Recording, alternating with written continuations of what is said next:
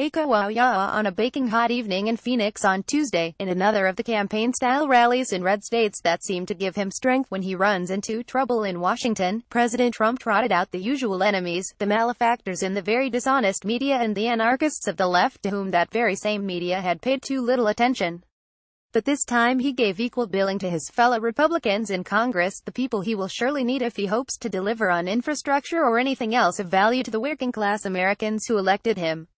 Among these were Arizona's two senators, John McCain, who cast the decisive vote in the Senate to dash Mr. Trump's effort to repeal Obamacare, and Jeff Flake, a conservative who has been a thorn in the presidential side. Neither was mentioned by name. Mr. McCain was sarcastically referred to as one vote. As for Mr. Flake, nobody knows who the hell he is. All this, as well as a broader attack on congressional obstructionists, came on the same day that The Times published an article detailing the rapid disintegration of the relationship between Mr. Trump and the Senate Majority Leader, Mitch McConnell. Mr. McConnell has fought fiercely and loyally for the president at every turn, whether on healthcare or his judicial nominees, and his support will continue to be important on major issues. Other presidents have gotten crosswise with their own parties, but this president seems to have alienated everybody. And whether one hopes to see the president's agenda enacted or stymied, his failure to perceive this essential political dynamic is evidence of how little he understands what it takes to convert campaign positions into reality.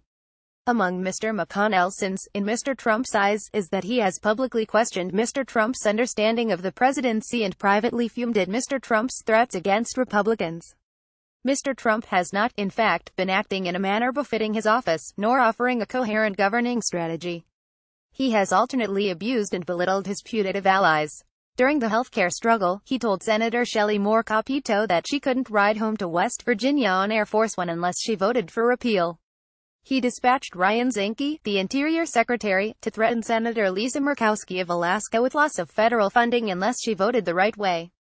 She did not. And he started calling out Mr. McConnell by name, in tweets and comments.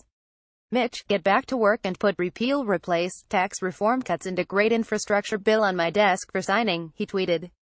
Over the phone, the two engaged in a profane shouting match, as Mr. Trump, fearful of the FBI's investigation of his administration's possible ties to Russia, accused Mr. McConnell of failing to protect him. Mr. McConnell has lately been suggesting that Mr. Trump's administration may not survive a summer of missteps. Other Republicans are speaking openly about abandoning him. That could mean that soon after Congress reconvenes next month, Mr. Trump could find himself nearly powerless to shape a long-promised overhaul of the tax code, and deprived of funds for his long-promised border wall. Further ruptures risk a government shutdown, a blow to the country that would tar Republicans in the White House and Congress. Mr. Trump's larger problem, which is America's problem, is, as is now clear, an absence of any plausible governing vision, which in turn has created a vacuum into which all sorts of ideas descend to do battle, railing against immigrants, as he did Tuesday, and threatening to kill trade deals to appeal to his base, then pushing for a tax code overhaul and tax cuts for the wealthy to appeal to his Wall Street-based advisors. On Tuesday, buoyed by his crowd in Phoenix, Mr. Trump was back to raging against just about everyone who crossed his field of vision. 77 minutes worth of anger that began, as the evening wore on, to exhaust even his most fervent listeners, who began quietly to fade away. A version of this editorial appears in print on August 24, 2017, on page 822 of the New York edition with the headline "The President Turns on His Own."